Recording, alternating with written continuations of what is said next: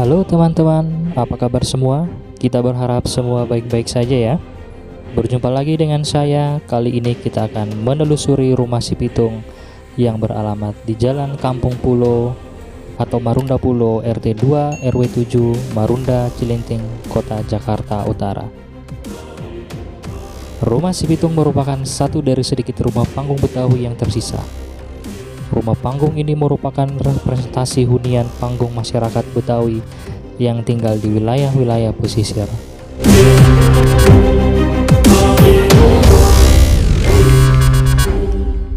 Rumah ini menjadi museum dan masuk dalam cagar budaya. Tidak diketahui kapan persisnya rumah si Pitung didirikan. Diperkirakan bangunan tersebut dibangun pada abad ke-20.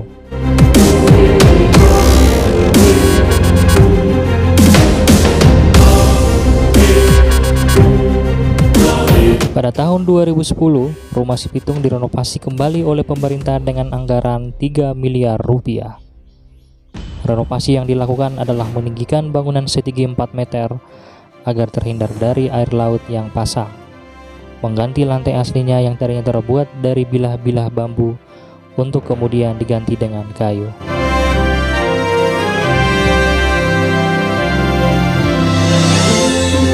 Untuk masuk ke rumah si Pitung dikenakan tiket 5.000 per orang dan jam bukanya dari hari Selasa sampai Minggu pukul 8 pagi hingga pukul 5 sore.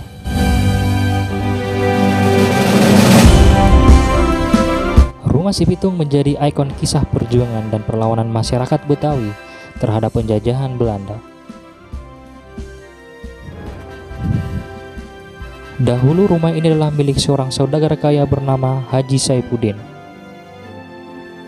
Menurut legenda bahwa Haji Saifuddin hanyalah salah satu korban perampokan yang dilakukan si Pitung. Sementara versi lain menyebutkan bahwa Haji Saifuddin sesungguhnya adalah sahabat si Pitung dari rumahnya yang kerap dijadikan lokasi persembunyian si Pitung.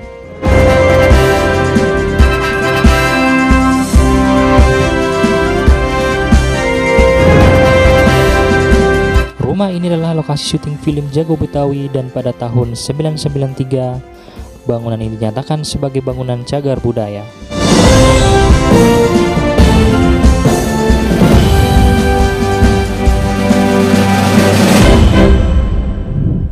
Siapakah itu si Pitung? Menurut riwayat yang dituturkan secara turun-temurun, Pitung lahir sekitar tahun 1864 dengan nama Salihun di desa Pangumben, Rawabelong, Jakarta Barat. Ia merupakan anak bungsu dari 4 bersaudara dari pasangan Bang Piun dan Bak Pina. Salihun tumbuh di lingkungan pesantren Menes, Kampung Rawebek di bawah bimbingan Haji Naipin yang mengajari bela diri dan berbagai macam ilmu sakti. Suatu hari, saat Salihun tengah berjalan pulang dari tanah Pasar Abang, uang hasil menjual kambing titipan ayahnya raib dicuri orang. Dibantu teman-teman sama jagoan, Salihun kemudian melacak keberadaan pencuri itu untuk mengambil kembali uang ayahnya.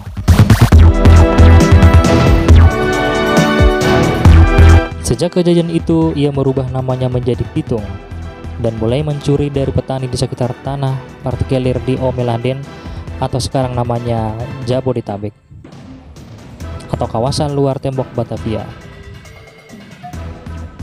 Mula-mula ia hanya mencuri ternak dari hasil bumi para petani, namun lama-kelamaan kelompok Pitung juga mencuri untuk mengintimidasi orang-orang kaya.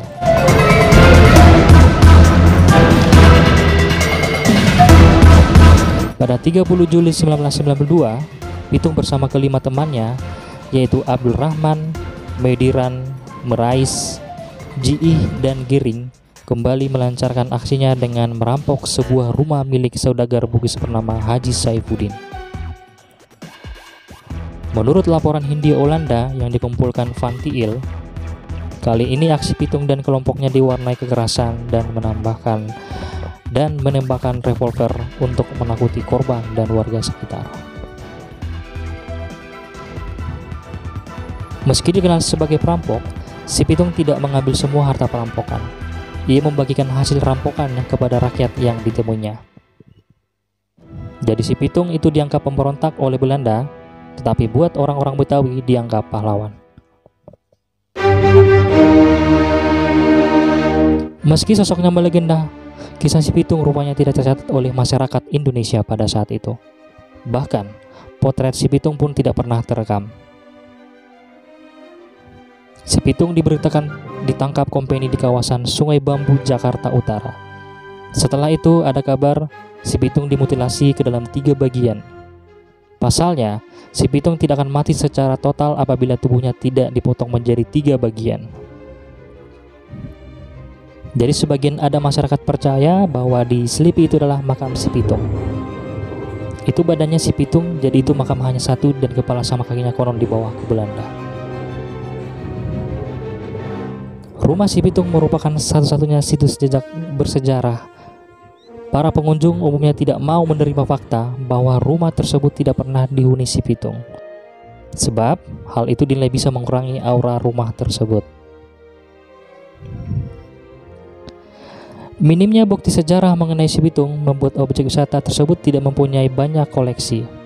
Kedepannya, pihak berencana menambah koleksi terkait kebudayaan Betawi pada masa si Pitung. Apakah Anda percaya dengan legenda si Pitung ini? Atau bahkan Anda tahu tentang sosok jagoan ini? Tulis di kolom komentar ya.